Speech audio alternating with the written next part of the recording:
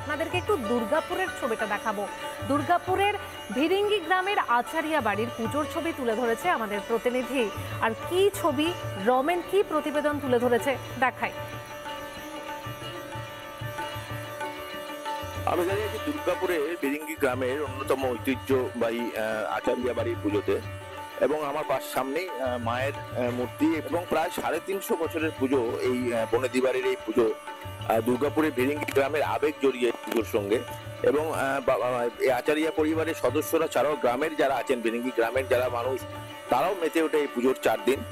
পরিবারের সদস্যরা আছে, মহিলা সদস্যরা আছে। আমি প্রত্যেকের সঙ্গে আরেকবার কথা বলবো যে এই পুজো আপনারা মানে কিভাবে এই পুজোকে এত বছর চালিয়ে আসছে। 350 বছর তো একটা চারটিখানিক ব্যাপার নয়। মায়ের কৃপায় চলে আসছে, এতে কারো কিছু করার নেই। তখন আমাদের কারখানা পাঠানো হয়নি, তখন তখন গড়েই ওঠেনি, একটা পাকা রাস্তা হয়নি, কিছু না।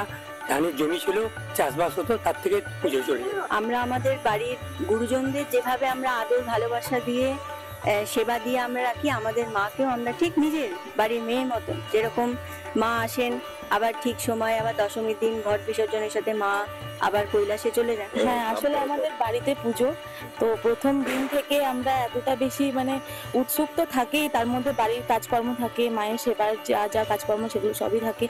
এবং সম্ভবত ভিরিঙ্গি গ্রামের এত বছরে দুর্গাপুর তখন গড়ে ওঠেনি। দুর্গাপুর ইস্পাত কারখানা হোক, ডিপিএল হোক, কোনো কারখানাই কার্যত ছিল না।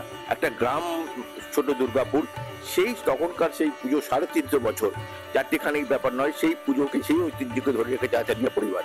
ক্যামেরায় তাপসের সঙ্গে রমেন মজুমদারের রিপোর্ট, রিপাবলিক বাংলা, দুর্গাপুর।